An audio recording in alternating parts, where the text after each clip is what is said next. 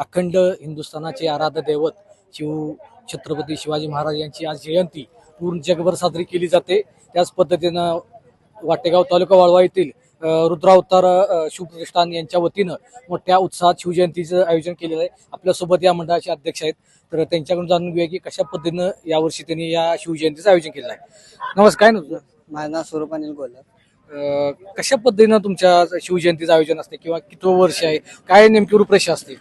आपल्या शिवजयंतीचं आत्ताचं 9 वर्ष चालू आहे.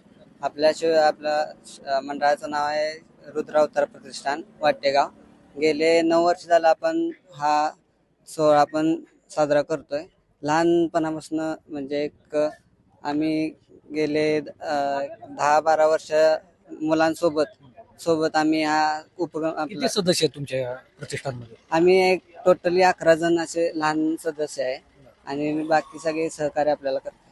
ज्योत वगैरे आणतात, हे काय परिस्थिती असते? कुठून ज्योत आणतात? ज्योत आम्ही साधारणतः आम्ही पन्हाळगडावरून जाणतो. या वर्षीची कुठून आणली? या वर्षी पण पन्हाळगडावरून ते जायचं नियोजन कसं असते ज्योत आणायला जाण्यासाठी?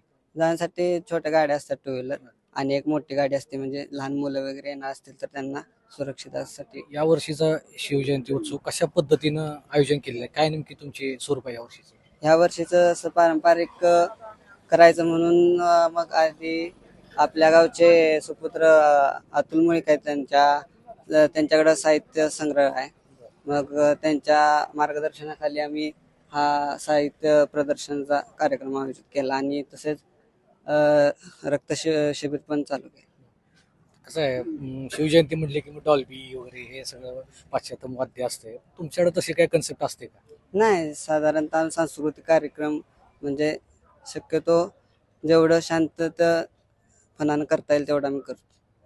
तर हे अशा पद्धतीनं मंडळाची त्यांच्या रुद्रावतार शिव उत्सव मंडळ आहे, त्या मंडळाच्या माध्यमातून त्यांनी सांगितलेलं आहे की हे त्यांचं 9वं वर्ष आहे आणि गेले अखंडित 9 वर्षापासून त्यांनी पारंपरिक पद्धतीनं शिवजयंती उत्सव साजरा करण्याचा प्रयत्न करतात.